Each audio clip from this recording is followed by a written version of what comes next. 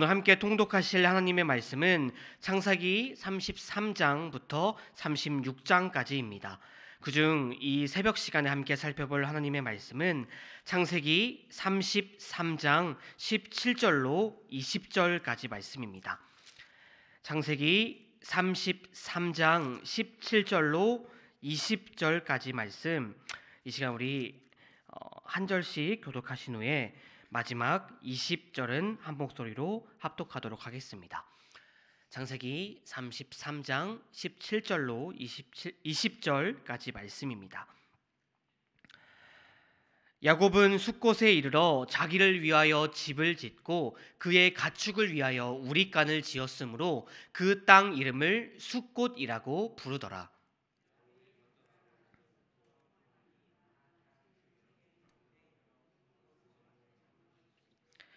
그가 장막을 친 밭을 세겜의 아버지 하몰의 아들들의 손에서 백크시타에 샀으며 거기에 제단을 쌓고 그 이름을 엘렐로헤 이스라엘이라 불렀더라. 아멘. 야곱이 형 에서의 분노를 피해 그의 고향 땅을 떠날 때 베델에서 그 야곱을 만나 주신 하나님께서는 그에게 가나안 온 땅을 주실 것과 또 그의 후손들이 온 땅에 퍼져 나갈 것을 약속하여 주셨습니다. 그뿐 아니라 야곱이 어디로 가든지 그와 함께 하시며 그를 지켜주실 것이며 또한 반드시 그를 조상의 땅으로 돌아오게 하시겠다라고 약속하여 주셨지요.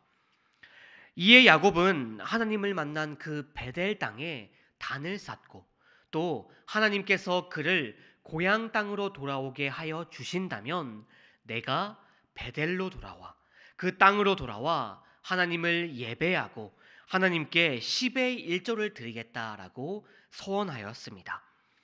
신실하신 하나님께서는 야곱과 맺었던 그 모든 약속을 잊지 않고 하나하나 지켜나가셨습니다. 그로 말미암아 야곱은 큰 부자가 되었으며 큰 가족을 이루었으며 또 결국 형 에서와 화해하고 그의 아버지의 땅으로 조상 땅으로 돌아오게 되었습니다. 이처럼 신실하신 하나님께서는 야곱과 맺은 모든 약속을 지켜 나아가셨습니다. 그런데 야곱은 하나님과 맺은 약속을 신실하게 지키지 않았고 하나님과 맺은 그 약속들을 모두 잊어버린 것처럼 그는 행동하였습니다. 오늘 말씀 17절을 보세요. 야곱은 형과 만나서 그와 화해한 후에 숫곳이라는 곳으로 이동했다라고 성경은 기록하고 있습니다. 여러분, 이 숫곳이라는 지역은요, 요단강 동쪽에 위치한 지역입니다. 그러니까 이 지역은 하나님께서 기업으로 주셨던 가나안 땅이 아니라는 것입니다. 분명 야곱은 하나님께 약속했죠. 내가 가나안 땅으로 돌아오게 된다면, 그 조상들의 땅으로 내가 돌아오게 된다면 하나님을 만난 베델 땅으로 가서 하나님을 예배할 것이며 11조를 드리겠다라고 하나님께 약속했습니다. 그러나 그는 에서와 화해를 하고 또 고향 땅으로 돌아올 기회가 생겼음에도 베델은커녕 하나님께서 기업으로 주신 가나안 땅으로 돌아가지 않았다라는 것입니다. 그렇다면 성도 여러분, 왜 야곱은 하나님과의 약속을 지키기 위하여 베델로 가는 것이 아니라 이 숫곳이라는 지역에 머물렀던 것일까요? 우리는 그 이유를 17절에 등장하는 몇 가지 단어를 통해서 그 이유를 발견할 수가 있습니다.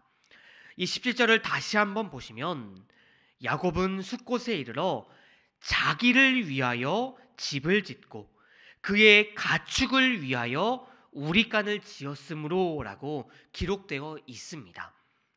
자기를 위하여, 가축을 위하여. 그렇습니다. 야곱이 이 숫곳이라는 지역에 머물렀던 것은 오직 인간적인 이유로 말미암아 그가 그렇게 행동했다라는 것입니다. 20년 동안 내가 너무나도 고생했으니까 그냥 여기서 좀 쉬고 난 뒤에 그곳으로 가서 예배를 드리면 되지. 밖에서 내 재산들, 내 이 가축들이 밖에서 오랫동안 노숙을 해서 그런지 너무나도 상했구나. 일단은 이 지역에서 우리간을 지어서 이 동물들을 회복시켜야겠다. 야곱은 이런저런 이유를 대면서 그 숫꽃 지역에 머물렀다라는 것입니다. 여러분, 우리는 야곱이 이 숫꽃 땅에서 얼마나 머물렀는지는 정확하게는 알 수가 없습니다. 그러나 야곱이 이 숫꽃 땅을 지나 떠나 다음으로 세겜 땅에 도착했을 때 그의 딸인 이 디나가 분명히 어린 아이였는데 세겜에 도착했을 때 처녀가 되었다라는 기록을 볼 때 분명 야곱은 이 숫꽃이라는 지역에서 상당히 오랜 시간을 머물렀음을 우리는 추측해 볼 수가 있을 것입니다. 확실한 것은요, 이 숫꽃에서 지낸 그 기간은, 그 장기간 머문 것은 결코 야곱의 그 신앙에 있어서, 믿음에 있어서 유익한 일은 아니었다라는 것입니다. 여러분, 상당 시간이 흐른 후에 야곱은 그 땅을 떠나 가나안 땅으로 드디어 들어가게 됩니다. 그런데 문제는요, 하나님께 약속드렸고 하나님께서 지시하신 그 베델이 아니라 그 베델과 정반대에 위치한 세겜이라는 지역으로 야곱이 나아갔다라는 것입니다. 심지어 야곱은요, 베델로 나는 가지 않겠다라는 그의 의지를 보여주는 것인지 세겜 땅에 도착했을 때 그 세겜 사람들에게 돈을 주고 공식적으로 그 세겜의 땅을 구입하게 됩니다. 물론 야곱은 그 세겜 땅에서 하나님 앞에 단을 쌓고 또 하나님의 이름을 높여 드리지만, 여러분, 과연 이러한 행동이 하나님과의 맺은 그 약속을 신실하게 지켜 나아갔다라고 할 수가 있을까요? 여러분, 분명한 것은요, 야곱이 그 세겜 땅에서 머물고 난 뒤에 야곱은 여러 가지 정말 뜻하지 않는 사건들에 휩싸이게 된다라는 것입니다. 야곱이 그곳에 나아갔을 때 이 세겜 땅에서 야곱은 그의 딸 디나가 욕보임을 당하는 것을 경험하게 되었고, 더 나아가 그것을 목격한 야곱의 아들들이 그의 그의 자매의 복수를 한다고 피의 복수를 행하는 것을 야곱은 경험하게 되는 그런 뜻하지 않는 그런 사건들이 과연 하나님께서 그 야곱과 함께하는 것이 맞나라는 그런 의심을 드는 경험을 그 세겜 땅에서 하게 되었습니다. 성도 여러분, 우리가 하나님을 바라보고 함께하는 것을 향하여 우리는 신앙생활, 믿음의 생활이라 부르곤 합니다. 그런데 여러분, 바울 사도는 그 신앙생활을 향하여 목표, 곧 부활이라는 목표를 향해 달려나가는 달리기로 비유하곤 하지요.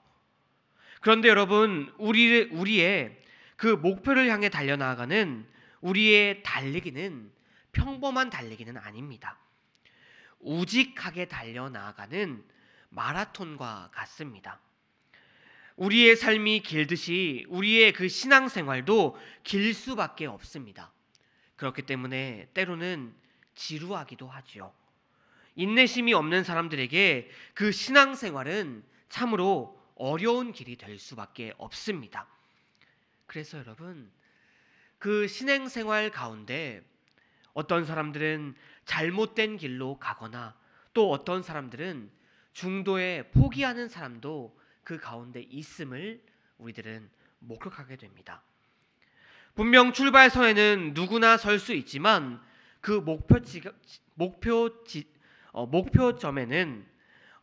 목표점에는 고린 지점에는 아무나 도달할 수가 없는 것, 그것이 바로 신앙생활인 줄 우리가 잘 알고 있습니다. 사랑하는 성도 여러분, 오늘 말씀에서 야곱은 그 길고 긴 신앙생활이라는 경주 가운데 어떤 행동을 했습니까? 그는 그 신앙생활이라는 경주 가운데 이 정도면 내가 많이 달려왔지. 이제는 조금 쉬었다가 나중에 해야겠지라는 그런 생각을 갖고 나아갔습니다.